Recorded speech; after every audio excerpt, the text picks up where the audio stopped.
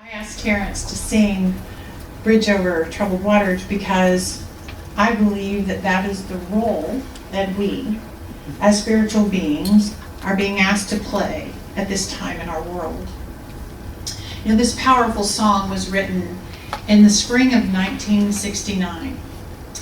Bobby Kennedy and Martin Luther King were gone. They'd been assassinated, and racial tensions were erupting across the United States, and the war was dividing the country.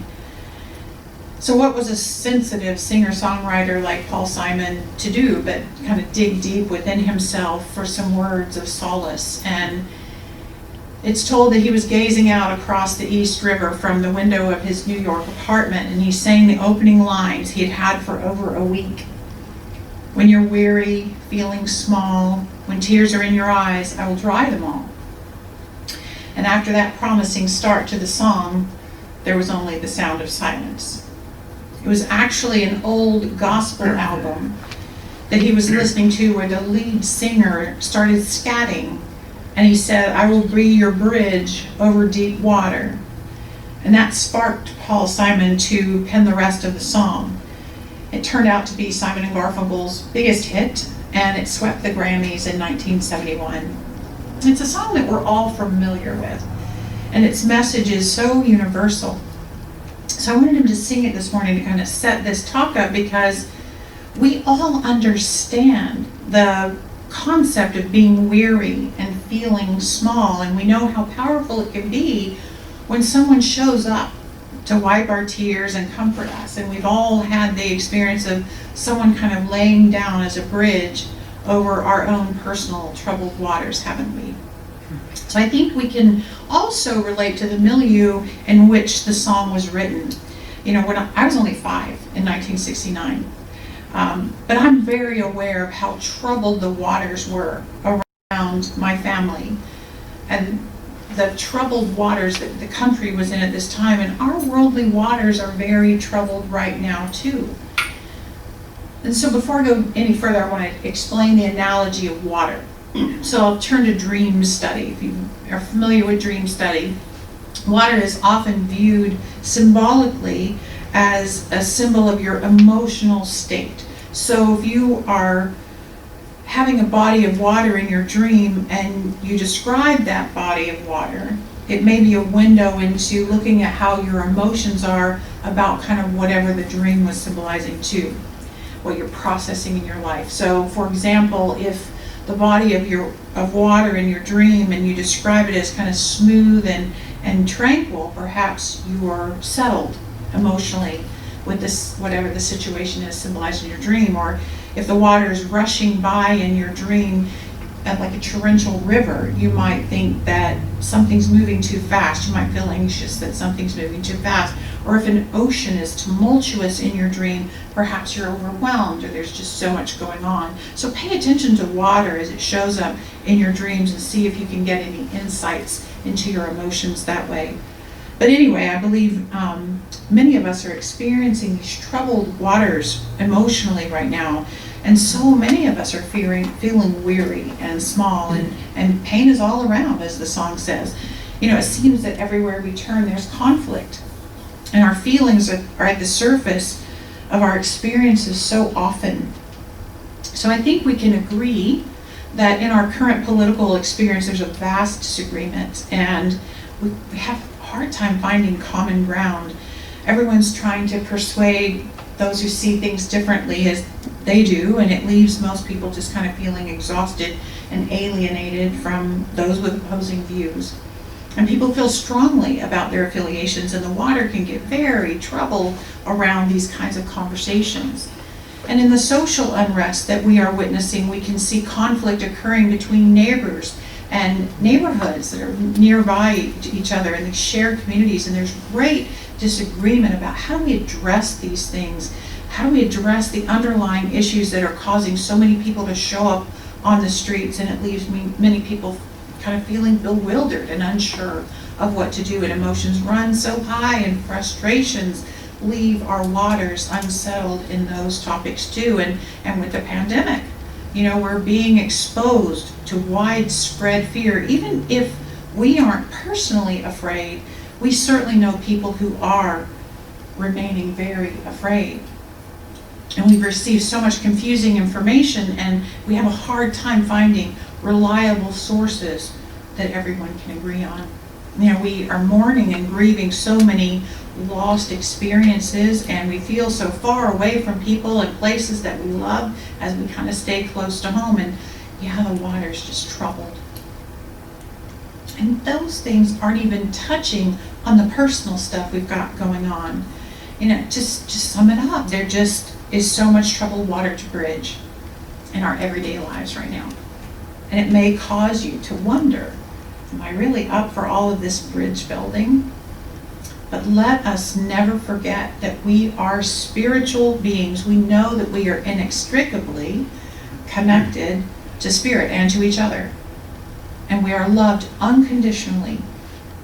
And we're guided by divine intelligence. That's the truth of who we are. So knowing that, how do we become the bridge or build the bridge over troubled waters for our personal healing and for the healing of our community? How can we build bridges of unconditional acceptance for one another and for ourselves? So I believe the key to that is love. Allow love to inform us and take this stand for forgiveness.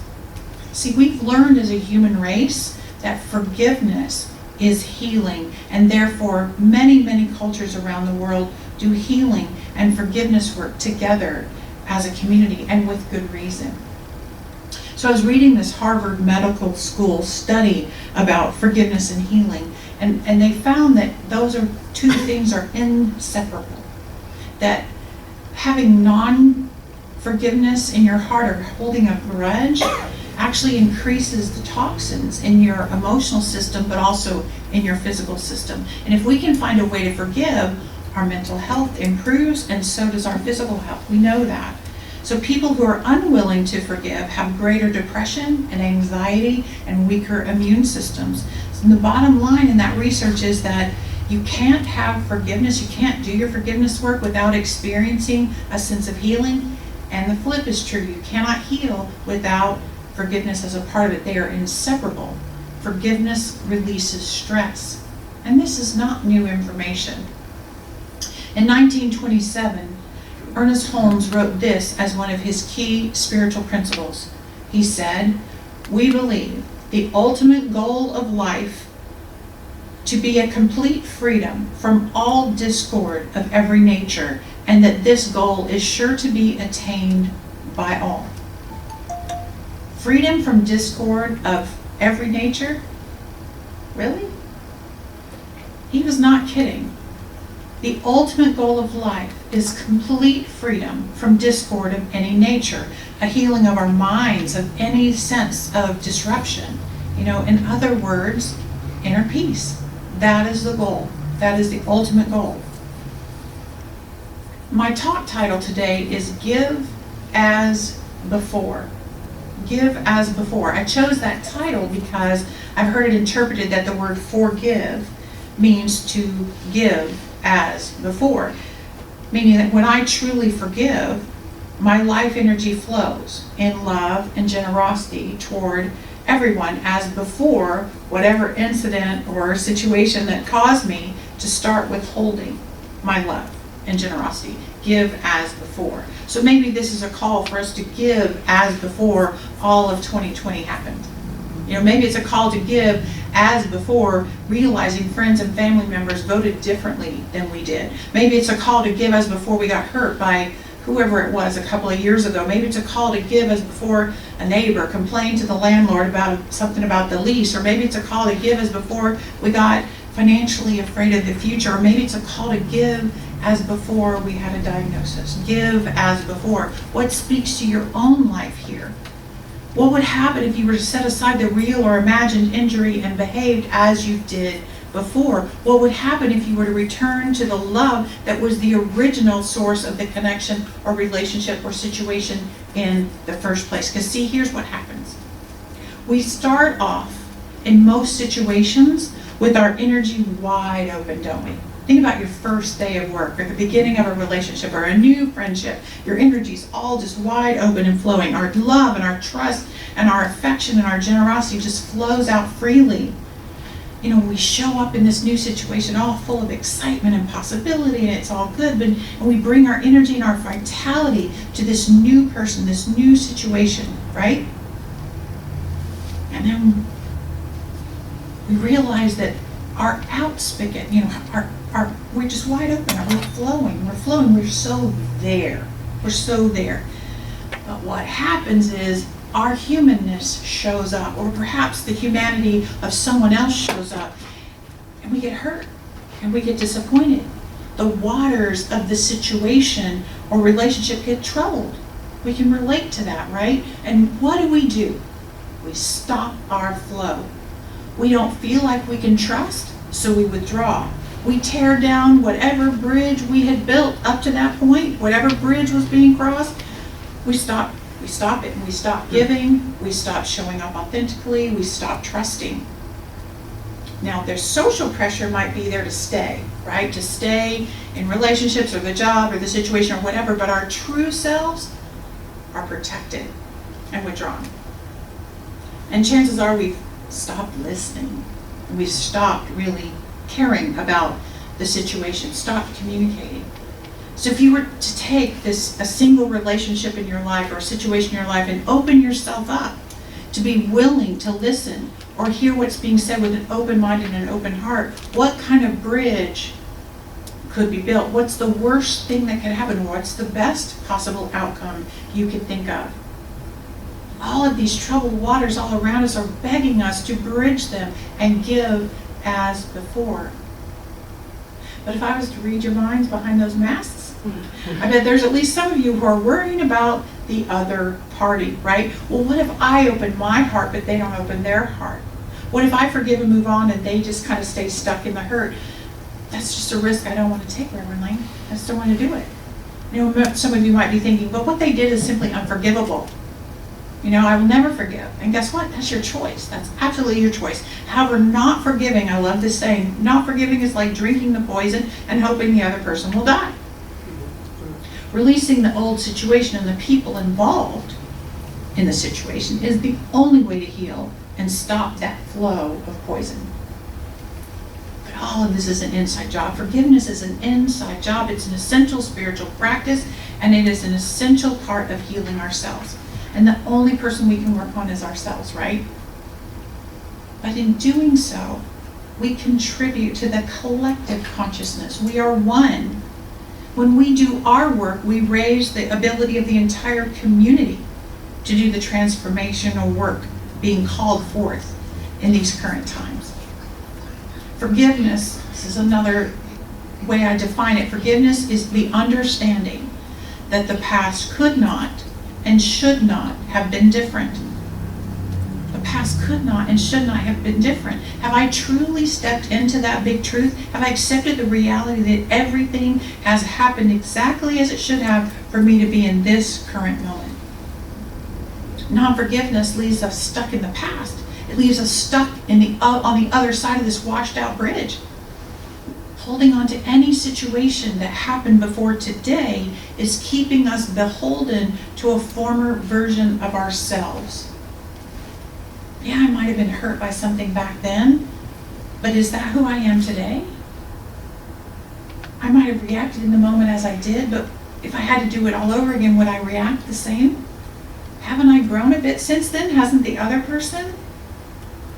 When we choose forgiveness of ourselves and others, we set everyone free to live today.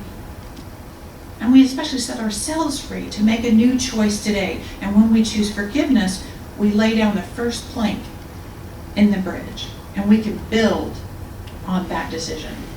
When we forgive, we raise the consciousness of love in the world around us. And when we take a stand for love and we encourage those closest to us to begin to build bridges of forgiveness and love too, we lay another plank in the bridge.